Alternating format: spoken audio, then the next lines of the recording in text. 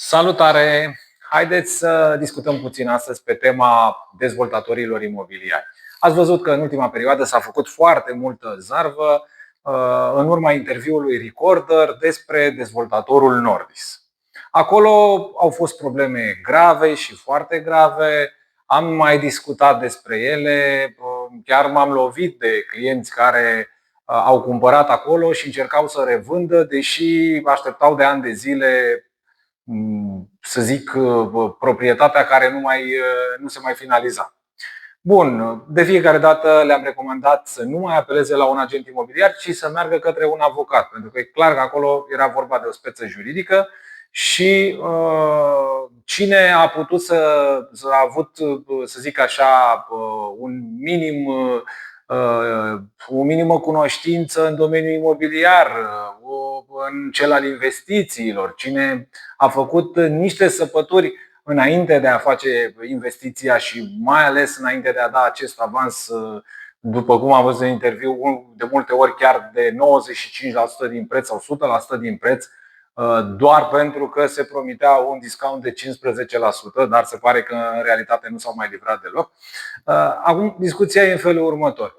Cei care au făcut niște verificări înainte ar fi trebuit să vadă un prim semnal de alarmă în momentul în care dezvoltatorul garanta 7%.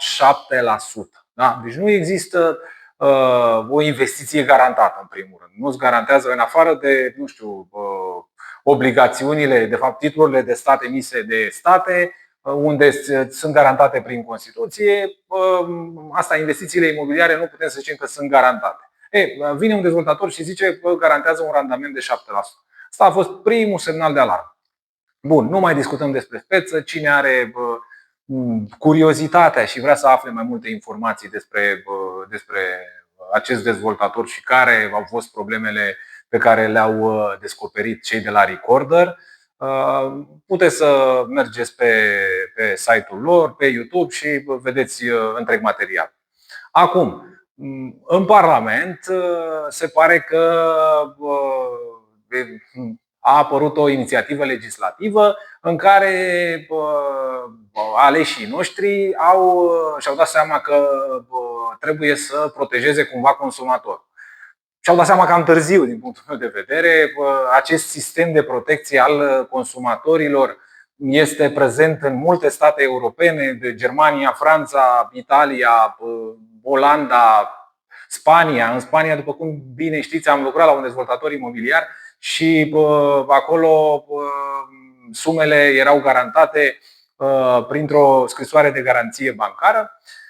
Acum, ideea e să nu facem legea pe genunchi. Adică dacă mergem în Parlament și vom face din nou o lege după un caz ca acesta și efectiv vom copia puțin de acolo, puțin de acolo și nu vom avea o discuție cu toți specialiștii din domeniu, și aici enumăr odată asociațiile profesionale ale agenților imobiliari.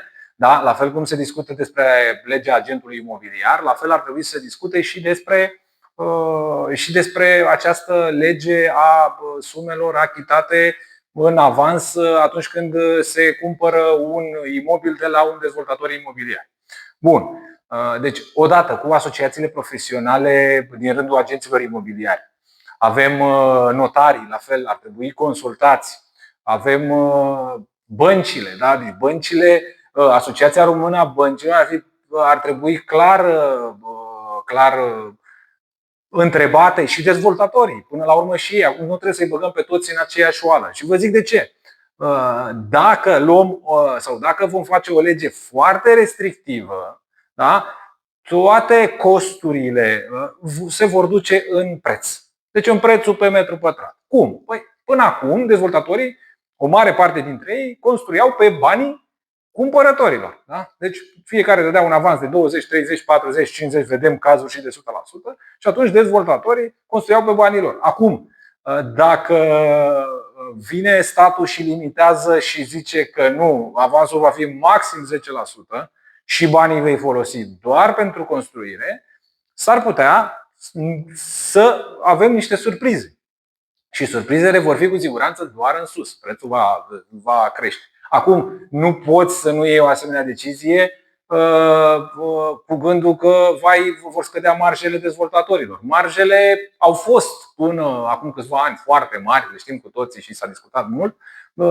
Între timp s-au micșorat și se vor micșora în continuare. Vedem legea aceasta. Să nu uităm că pe an de an au fost introduse cerințe noi. Avem NZEB-ul, da? Deci Near Zero, toate construcțiile care trebuie să fie cât mai verzi.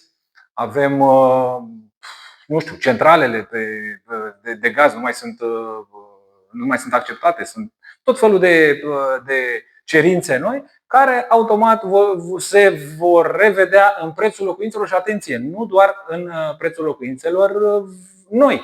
Le vom vedea, bineînțeles, și în prețul locuințelor vechi, pentru că o parte dintre consumatori când vor vedea că prețurile vor crește mult la apartamentele noi, se vor reprofila către cele vechi și atunci vom vedea o creștere a prețului. Da? Bineînțeles, acum să nu intrăm în panică, toate corelate cu ciclul imobiliar. Vom avea și o scădere a prețurilor, pentru că nimic nu crește la infinit. Avem deja 10 ani de creștere și cu siguranță la un moment dat va veni și să zic așa, toamnă, o scădere, o recesiune care va duce spre o scădere a prețurilor. Dar și aceasta, bineînțeles că nu va fi de pe azi pe mâine. Avem cazul 2008-2014, când au scăzut prețurile între 40 și 50%, dar în 6 ani de zile, nu de o zi pe alta. Cam atât, îmi pare bine că ne-am văzut. Vom mai discuta știrile din domeniul imobiliar pe măsură ce apar și până data viitoare vă zic să aveți o zi bună!